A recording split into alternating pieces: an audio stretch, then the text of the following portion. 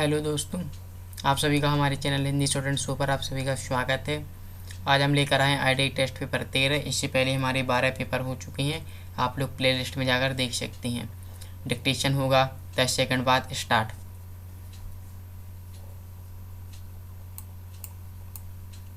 Ready start. उप सभापति महोदय, हम लोगों के सामने रेलवे समझौता आयोग की जिन सिफारिशों को मंजूर करने का प्रस्ताव है वे सिफारिशें अंतरिम सिफारिशें हैं, क्योंकि रिपोर्ट ही अंतरिम रिपोर्ट है।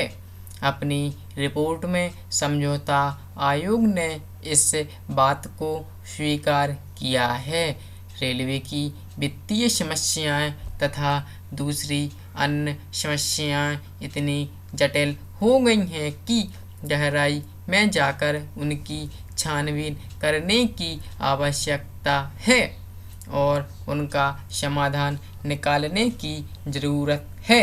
जो सिफारिशें हम लोगों के सामने मंजूरी के लिए आई हैं वे वही हैं जो इतने सालों से चली आ रही हैं।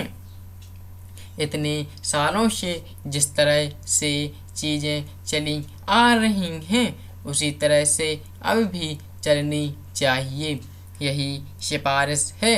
हमें आश्चर्य होता है कि यह सरकार जो प्रगति और परिवर्तन की हिमायती है वह इस प्रकार की सिफारिशों को मंजूर करने का प्रस्ताव लेकर आती है, जबकि स्वयं यह समझौता आयोग इस बात की आवश्यकता अनुभव करता है कि समस्याओं को गहराई में जाकर देखने, जांचने और नया हल निकालने की आवश्यकता है।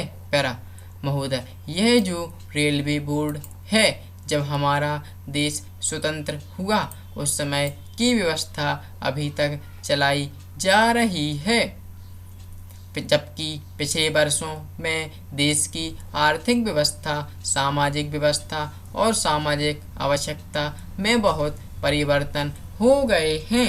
रेलवे बोर्ड की प्रबंध व्यवस्था और अर्थव्यवस्था इन परिवर्तनों के अनुकूल नहीं है।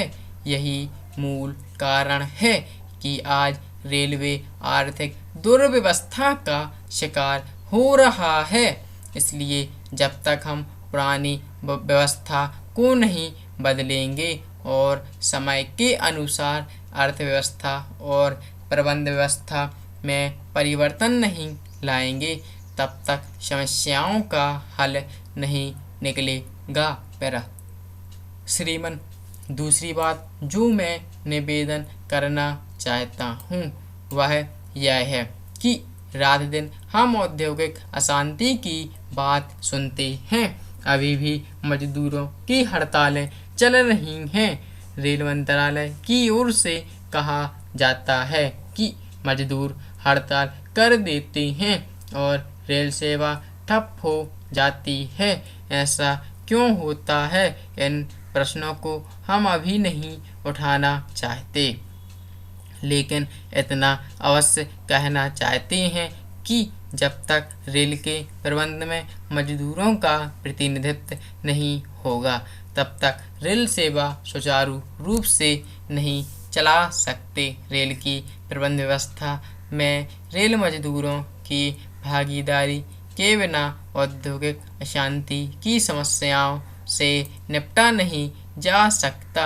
मेरे जो कुछ सुझाव हैं, मैं समझता हूँ कि देश की अवस्था के अनुसार रेलवे बोर्ड की आर्थिक व्यवस्था और संचालन व्यवस्था में परिवर्तन लाने के सुझाव हैं और मैं आशा करता हूँ कि मेरे इन सुझावों पर यदि आप विचार करेंगे तो रेलवे की जो कठिनाई है, उसका जो संकट है और जो संकट दिनों दिन गहरा होता जा रहा है, वह संकट दूर होगा और रेलवे आधुनिक तथा कुशल सेवा के रूप में हमें उपलब्ध हो सकेगा।